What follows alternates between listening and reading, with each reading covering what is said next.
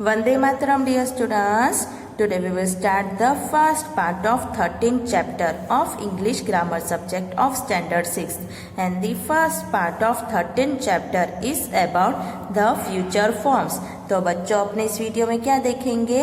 13th chapter जिसका नाम है द फ्यूचर फॉर्म्स, यानी कि भविष्य काल के कितने फॉर्म्स हैं उसको देखेंगे. Okay, shall we start? Okay, we can express futurity in 3 ways. तो अपने फ्यूचर में जो होने वाली एक्टिविटीज है उसको 3 अलग रूप से प्रेजेंट कर सकते हैं या एक्सप्रेस कर सकते हैं. कैसे? by using the present continuous. I am staying at home this evening. present continuous को यूज करके by using going to plus V1. तो going to और V1 का यूज करके, जैसे कि I am going to stay at home this evening. Third, by using will और shall plus V1. V1 के साथ will या shall का यूज करके I shall stay at home this evening. तो इस तरह 3 हो गए. पहला क्या? प्रेजेंट कंटिन्यूअस, फिर गोइंग टू और फिर विल या शेल के साथ.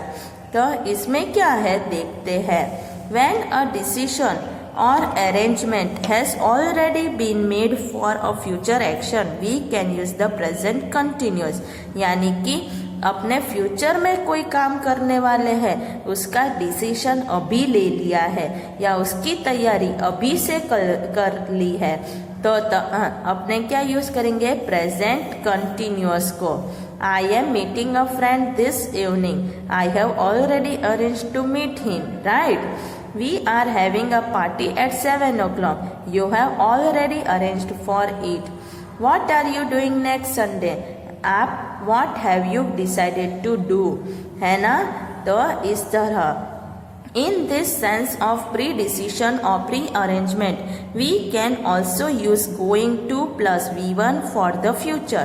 तो इस तरह ऐसे कोई आप पहले से ही डिसीजन ले रहे हो या पहले से ही अरेंजमेंट कर रहे हो, तो आप V1 के साथ गोइंग टू भी लिख सकते हो फ्यूचर के लिए. कैसे? तो देखो, I am going to meet a friend this evening. We are going to have a party at 7 o'clock. What are you going to do next Sunday? तो ऐसे लिख सकते हो going to. We can use going to plus V1 when we feel that the future action is certain because of its present situation. तो क्या कह रहे हैं कि अपने going to plus V1 कब लिख सकते हैं? कि अपने को पता है कि ये चीज अपने फ्यूचर में होगी. अभी का जो हाल है, अभी की सिचुएशन को देखते हुए आपको लगता है कि फ्यूचर में ऐसा होगा ही, तो तब अपने गोइंग टू प्लस V1 कर सकते हैं. जैसे कि look at the sky, it's going to rain, है ना? अभी स्काई को देखते हुए आप कह सकते हो कि बारिश होने वाली ही है ना? That man is going to fall in the river. It's 9 o'clock already. We are going to be late. 9 तो बज गए, अपने लेट होने ही वाले हैं, है ना? अब we can use the future simple will or shall plus V1 when a future decision is made at the moment of speaking. तो क्या कह रहे हैं कि अपने जब बात कर रहे हैं और बात करते करते डिसीजन ले रहे हैं कि ये चीज मैं फ्यूचर में करूँगा, तब अपने पक्का नहीं है कि फ्यूचर में होगा ही, ऐसा पॉसिबिलिटी है कि होगा, तो अपने क्या लिखेंगे? विल या शैल प्लस V1. जैसे I am tired, I will have some rest. This bag is heavy, I shall carry it for you. Tomorrow is Sunday, we shall go for a picnic. तो ये बातें करते करते कह रहे हैं कि कल संडे है तो अपने पिकनिक के लिए जा सकते हैं. पक्का नहीं है कि ऐसा होगा ही, पर जा सकते हैं. दिस बैग इज हैवी, ये बैग हैवी है, मैं तुम्हारे लिए इसे उठा दूंगा, है ना? उठाया नहीं है, उठा दूंगा. I am tired, I will have some rest. मैं थक गया हूँ इसलिए मुझे आराम चाहिए, करना है, पर कर लिया है या कर सकते वो पक्का नहीं है. We also use the future simple to talk about something that we think will happen in the future. Future simple क्या कब यूज कर सकते हैं? जब अपने बातें कर रहे हैं किसी बात के पे और फिर अपने सोचते कि ये चीज फ्यूचर में होगी। The train will reach Delhi at 6 PM। In 50 years people will live on the moon. तो इसमें हुआ अब according to the traditional usage shall is used with I and we, but now this use is considered old fashioned. The use of will has been common for all subjects. Shall is used with I and we in questions only to make an offer or a suggestion.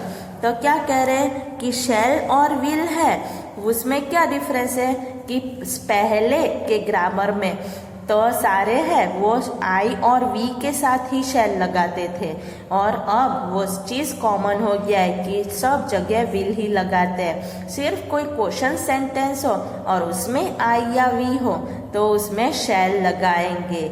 Okay, जैसे कि shall I send you some money, what shall we do this Sunday, shall I open the window for you. तो सिर्फ question mark में ही, question sentence में ही अपने शैल लगाएंगे आई और we के साथ। Okay, golden rule. Golden rule क्या है, इसको तो अच्छे से आपको याद करना है। We can express futurity in 3 different ways as detailed above. Often students can be in doubt which form to use. Remember the golden rule. In case of doubt, always use will. तो कभी भी आपको कोई भी doubt हो कि यहाँ पे क्या लगाएंगे, will लगाएंगे या shall लगाएंगे या क्या होगा, तो हमेशा will ही लगाओ। ओके, अब एक्सरसाइज देख लेते हैं। एक्सरसाइज क्या है? First one, write questions in the present continuous. All questions refer to future time. Give your answer also. तो आपको क्या करना है कि आपको यहाँ पे क्या किया है कि ऐसे ऑब्लिक करके सिर्फ लिख के दिया है, यहाँ पे क्वेश्चन नहीं बनाया है। आपको इसके मदद से क्वेश्चन बनाना है और आंसर भी देना है। पर किस में दोगे? तो आपको प्रेजेंट कंटिन्यूअस में देना है और क्वेश्चन है, क्वेश्चन के आंसर है, इसको आपको फ्यूचर के रेफरेंस में देना है। जैसे कि what you do next Sunday, इसको कैसे करेंगे? What are you doing next Sunday. तो I am painting my room next Sunday, ऐसे देना है। ओके, अब second, what do you do this evening? What are you doing this evening? I am going to the pictures with my family. तो यहाँ पे आप answer है उसे अलग भी कर सकते हो, ऐसे ही आंसर लिखना जरूरी नहीं है। Third one, you go to the market today. Are you going to the market today? No, I am not going to the market today. You have a party next week. Are you having a party next week? Yes, we are having a party next week. फिर sixth और fifth one क्या है? You stay at home all day tomorrow. फिर question कैसे बनेगा? Are you staying at home all day tomorrow? No, I am going out with my friends. Sixth one, when your brother come back home. When is your brother coming back home? He is coming back home next week. Question 2. What have you decided to do this evening? Write true sentences using going to.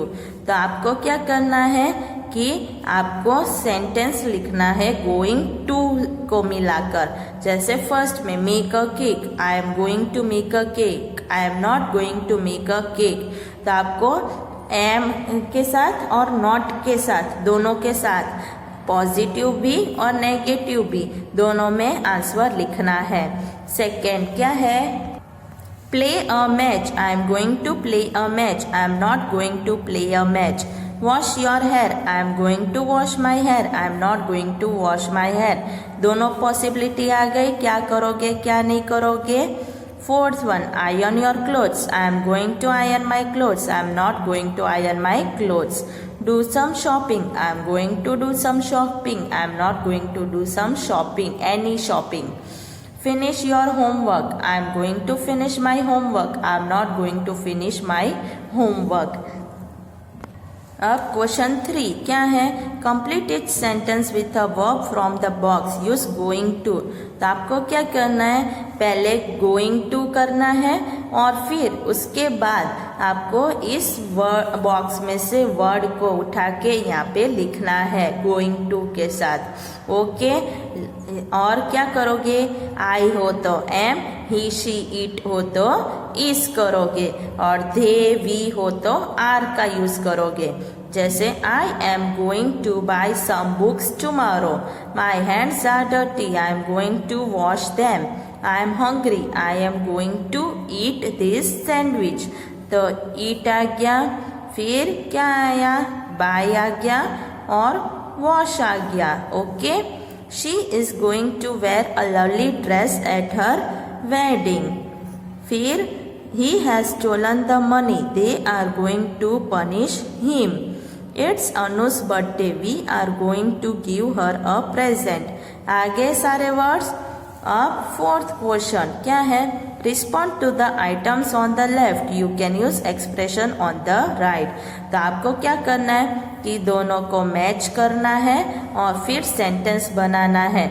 जैसे I am hungry है, इसका कैसे बनाओगे? I will get you something to eat. तो क्या use किया? ये वाला यूज किया। Shall I get you something to eat, तो क्वेश्चन में भी कर दिया और सेंटेंस में भी ऐसे ही करना है। Okay, second, I am feeling cold, I will turn on the heater, shall I turn on the heater, है ना? कौन सा है? तो टर्न ऑन द हीटर है बॉक्स में। I have missed the bus, I will get you a taxi, shall I get you a taxi? तो get a taxi है ना। Fourth, my watch is broken, I will buy you a new one, shall I buy you a new one? तो क्या है? buy a new one है। It's hot in this room, I will open a window, shall I open a window? तो यहाँ पे क्या है? Open a window. फिर sixth one, the phone is ringing, I will answer it, shall I answer it? तो कौन सा आएगा? Answer it. तो इस तरह आपको सारी एक्सरसाइजेस करनी है। समझ में आ गया? ओके, तो अब आप सबको क्या करना है? चैप्टर को अच्छे से समझना है और जो भी एक्सरसाइज है उसको आपको रफ नोटबुक में अच्छे से लिखनी है। ओके, वंदे मातरम।